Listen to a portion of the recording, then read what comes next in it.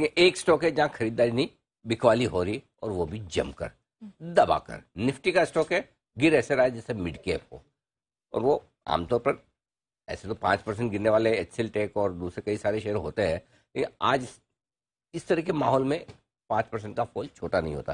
तो HCL take क्यों गिरा है आज, क्या है वजह, तैयार है हमारे साथ कुशल बताने के लिए। क्या बोल दिया, ऐसा इन्वेस्टर डे मनाया इन लोगों ने अमेरिका में? यस। क्यों मनाया?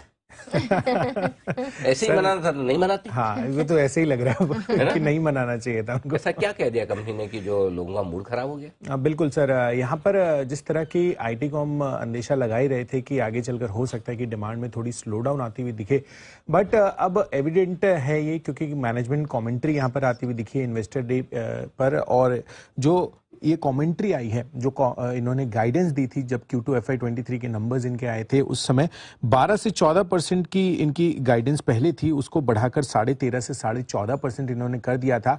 पर इस बारी अब मैनेजमेंट का इंडिकेशंस ये है कि ये जो गाइडेंस इन्होंने दी है ये lower range of the guidance आ सकती है। तो जाहिर सी बात है कि आगे चलकर ग्रोथ को लेकर थोड़े कंसर्न ज्यादा है इनको, एंड स्पेसिफिकली इन्होंने ये चीज भी हाईलाइट की थी कि आगे चलकर ज्यादा फर्लॉग्स होने वाले हैं, यानी कि जो एम्प्लॉयर्स हैं वो अपने एम्प्लॉइज को एक डिफाइंड पीरियड के लिए विदाउट एनी पे जो है छुट्टी पर भेजते हैं। तो ऐसा इंडिकेशंस है कि जो मैक्रो इकोनॉमिक चैलेंजेस है उसकी वजह से प्रोजेक्ट्स हो सकता है कि काफी सारे वर्टिकल्स में इनको नहीं मिलते हुए नजर आ रहे हो, या उसमें कमी आ गई हो, जिस वजह से यहाँ पर फर्लॉग ज्यादा है, और इसकी वजह से ओवरऑल आई ग्रोथ गाइडेंस की एक्सपेक्ट करके चल रहे हैं कि जो लोअर रेंज पर आ सकती है। साथ ही FY24 में जो केवल चुनिंदा कॉन्ट्रैक्ट्स है उसमें प्राइस इंक्रीज की एक्सपेक्टेशंस है इनकी। पहले जहां पर हम एक्सपेक्ट कर रहे थे कि जो नया साल आएगा, नए क्लाइंट्स जितने भी क्लाइंट्स हैं इनके वो अपना IT बजट रखेंगे सामने, उसको ध्यान में रखते हुए अपनी pricing across the board increase कर सकते हैं। इनफैक्ट सभी IT कंपनियों की यही एक्सपेक्टेशंस थी। अब एक्सपेक्टेशंस ये हैं कि IT कंपनियां कुछ एक कॉन्ट्रैक्ट्स में ही प्राइस इंक्रीज कर सकती हैं। तो अगर ऐसा होता है तो डेफिनेटली इनकी ओवरऑल रियलाइजेशंस जितनी आने की एक्सपेक्टेशंस थी वो कम होती हुई दिखेंगी। इनफैक्ट मैक्रो इकोनॉमिक चैलेंजेस की वजह से काफी सारे क्लाइंट्स जो है वेंडर कंसोलिडेशन भी कर रहे हैं। तो यानी कि जो एप्लीकेशन डेवलपमेंट है या फिर एप्लीकेशन मेंटेनेंस है, वो दोनों के लिए अगर अलग अलग वेंडर्स थे, अब एक ही वेंडर ये एक्सपेक्ट करके चल रहे हैं कि जो क्लाइंट्स हैं वो इस पर फॉलो करेंगे। तो कॉस्ट कटिंग हो सकता है कि आगे क्लाइंट्स की तरफ से भी आती हुई नजर आए। तो जो ग्रोथ आउटलुक है जितना अच्छा एक्सपेक्टेड था उससे कम ग्रोथ आउटलुक की एक्सपेक्टेशंस आ रही है, और इसी वजह से हम देख रहे हैं कि यहां पर जो आने वाली तिमाहियां हैं उस पर असर पड़ता हुआ दिख सकता है HCL टेक का। और साथ ही क्लाइंट्स का जो 2023 का IT बजट है वो जनवरी में ऑनवर्ड स्टार्ट होता है, हो सकता है कि आगे चलकर वो डिले भी होता हुआ नजर आए। तो इस वजह से जो स्थिति, जो सिनेरियो, जो माहौल बन रहा है आगे के आउटलुक को लेकर जो चिंता बन रही है, उस वजह से HCL टेक पर आपको दबाव देखने को मिल रहा है। तो मतलब इन्होंने आगे के लिए कुछ भी अच्छा नहीं कहा? नहीं, आगे 2 क्वार्टर थोड़े से 2 क्वार्टर तो खराब है ही है, मतलब हाँ, पक्का ही खराब है। अब यही लग रहा है। ओके। और आपने क्या बोला, वो फर्लॉग्स, यस। तो उसमें एम्प्लॉयर्स जो हैं वो एम्प्लॉयज को एक स्पेसिफिक पीरियड के लिए छुट्टी पर भेज देते हैं, क्योंकि मैक्रो इकोनॉमिक चैलेंजेस हैं, उसको फर्लॉग्स कहते हैं। अच्छा, और पैसे देते कि नहीं देते उसको? पैसे नहीं देते उसमें, बिना पैसे छुट्टी। फर्लॉज। कुणाल जी, आपने सुना था कनाडा में रहते हुए ऐसा कुछ? नहीं अनिल जी, मैंने भारत में रहते हुए भी सुना है अनिल जी, ये बहुत अच्छी, बहुत पुरानी प्रैक्टिस है। तो अनिल जी कई बार जब लोग ज्यादा हो जाते हैं तो इस तरह से अनिल जी भेजा जाता है।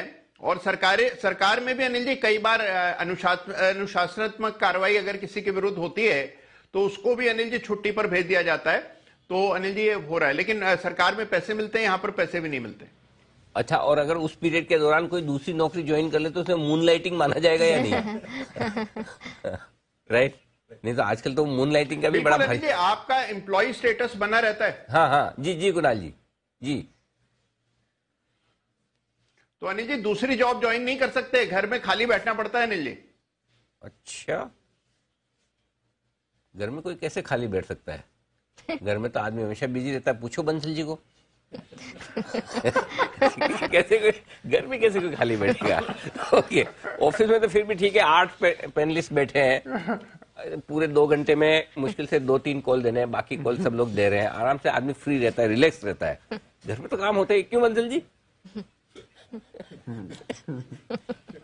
बिल्कुल सही अनिल जी। देखिए 2 चीजें, एक तो क्लब और एक ये शब्द मीटिंग अनिल जी बना है इसके लिए कि आदमी मतलब कि आराम से बैठ पाए, खाली बैठ पाए। तो मीटिंग का मतलब ये होता है दोस्तों के साथ आराम से बैठ रहा है, और क्लब में भी यही होता है।